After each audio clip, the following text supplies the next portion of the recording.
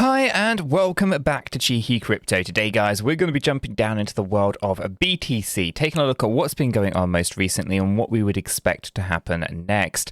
As I get into this video, if you find it useful and informative, smash that like button. I do appreciate that. If you're new to the channel, make sure you're subscribed and you'll stay up to date with all the videos that we do here at 𝗕𝗘𝗪𝗀𝗀. Above and beyond those two things though, make sure you do join us down in our Discord server, linked to the description down below. It is the first place we go to notify you of the ins and the outs of everything crypto, so check it out in the description below. Let's make a start. Bitcoin paired up with USDT on the hourly chart. Binance is our data source. Now, this is kind of following on from yesterday's video. We have now come down into our demand zone area. So let's just tidy this up because obviously this was it's actually happening now. It's over this side. It's not quite over there. But what we'll do is we're just going to walk you through how we kind of got to this analysis. Okay. Again, like I said yesterday, you got to make sure that you're familiar with Elliott wave theory properly to truly understand these structures, but we're going to go through this so make it a little bit easier for you. Here you can see that we come up to 17,142 on a 1-to-1 ratio. You can see that right there on the Fibonacci retracement tool, $17,142. This is obviously some number that we spoke about yesterday, approximately 2 p.m. yesterday, so about this candle just over here. And what we could do is we could see that we moved up, we retraced down, and we've got to go up in a 3-wave corrective pattern. This would be a wave B of a bigger macro movement. Let's call it on the 4-hour chart. Okay. Now, where did the price go? We can take a look at this particular candle right here, $17,142. Okay, so we know that we hit our target exactly correct. And, you know, that happens from time to time. Sometimes it's exactly the number. Sometimes it's a little bit short. Sometimes it's a little bit longer. We saw that yesterday as well with this 5th wave low point just falling ever so short of our targeted range. Okay, now, of course, we can see just up here, we completed the 3-wave structure. We're expecting 5 waves to come on down, and that's going to take us down into our demand zone. Okay, so we can kind of see that we went in the supply zone from the weekend. We're talking about this, how we had to kind of break, if we broke out of this triangular wedge to the upside, we'll go to the supply zone, and we broke down obviously into the demand zone, and then we'll visit the opposite one. So if we hit the supply, we come down to the demand, and if we'd hit the demand, we'd go up to the supply. Okay, so we can see that we did that. We basically broke out of our triangle. We woke up into the demand zone, broke down in 5 waves, up in 3 waves. Now we're going to have to go down in 5. Okay, that will complete our zigzag pattern. Now, depending on how this goes, will really determine whether or not we are going to go impulsive to the downside, and that's a different thing altogether. Okay, so the minimum expectation is an A, B, and C structure that would basically allow us to have this zigzag pattern play out. Okay, now if I go ahead and take this to our 142, if I can get that on there, 142. It's actually a little bit high because it was 21 cent. So let's go ahead and just pull that onto 21 cent. There we go. We can see that we've come right down to the lower end here. On our zigzag pattern, we would be expecting the $16,593 level. Okay. On an impulsive structure, then we are expecting 16,263. Okay. So we'll be keeping an eye on those two numbers because they are going to be interesting zones for the price action here. So I'm going to just tag these and I will go ahead and tag this one just down at the bottom here at 63.98. Sorry, 93. 98, in fact, if I can get my words out this morning. There we go. Okay, let's remove that. So that we have kind of 2 targeted ranges right in there. Now, it is going to have to be a 5-wave structure. So what we've got to find here is 5 waves to the downside. But obviously on the hourly chart, that's really quite difficult to see. It does look like we maybe have it right in here. 1, 2. This is all 3. We've got to come up into 4 and then down into 5. That's possible, but it's probably a tad too soon to know exactly where that's likely to go.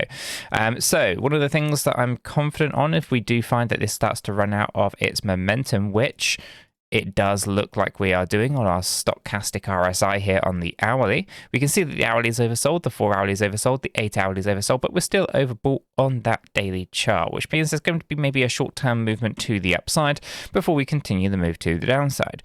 And all of this kind of, if this is a zigzag pattern, and it is going to be 5, 3, 5, then this could just be an A wave, meaning we bounce up and then we go down again lower because our targets are still remaining in those lower zones. We haven't, done by some kind of miracle, change the macro situation. The macro situation still remains the same. It is bearish, not bullish. And I know there's pockets of people out there that want to kind of call out, this bear market low and it's been done, the bottom is in and all that kind of stuff. I'm just not a believer on that. I am following a lot of data that kind of signifies whether or not we are, in a right kind of climate for significant surges to the upside. And if I just pull your attention into the wallets again, I talk about these pretty much every day. I know some people are incredibly bored by them, but essentially what I'm doing here is I'm tracking the bigger players, right? And are the bigger players buying? Are they accumulating, or are they selling? And this is it's quite a simple kind of concept, right? And we see it in 2018's bear market. We can see it in this particular bear market as well, and that is that essentially retail money is accumulating whilst larger, bigger money like whales and institutions, they are selling, right? They're selling to the retail investors. There's always a buyer, there's always a seller, right? So if retail is buying, who are they buying it from? And well, we can see it right in here, right? You can see the black line on the number of wallets that have this amount of Bitcoin. So in this middle case here, this is the whales, 1,000 Bitcoin or more.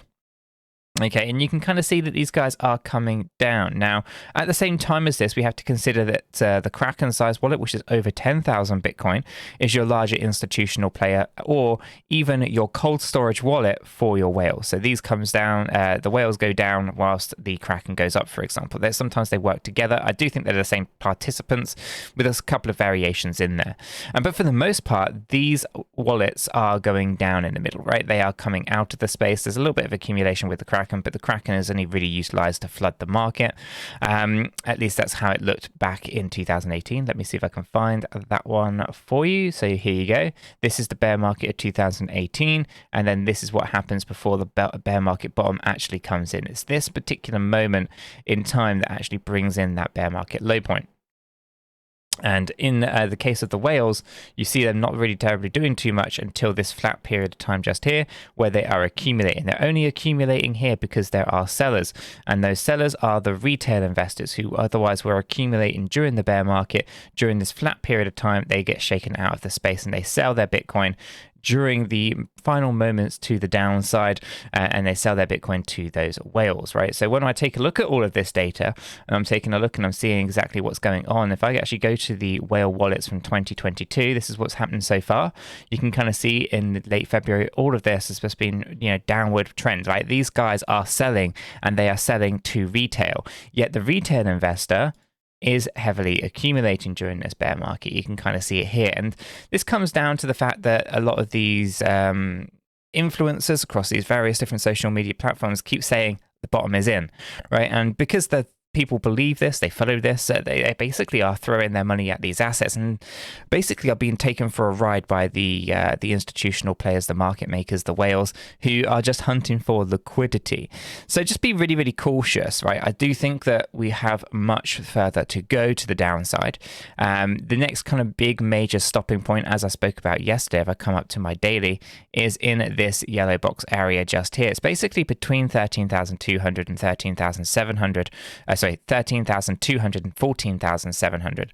That's the next major stopping point that I can see on the chart. So just be aware that there's still a bit of a journey to go here, and it is not going to be necessarily just all rosy, and we're just going to magically go up in price or anything like that.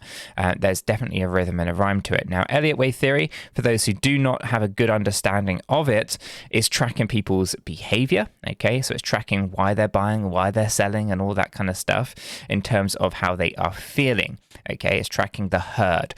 I am doing a course on this. It will be released soon, but until then, there is a PDF in our Discord server that actually covers the ins and the outs of the crypto Elliott Wave theory stuff. So well worth checking that out in the Discord server if you haven't done so already, or a video course, 20 parts, or will be released soon, and obviously you'll be able to take part in that if you want to.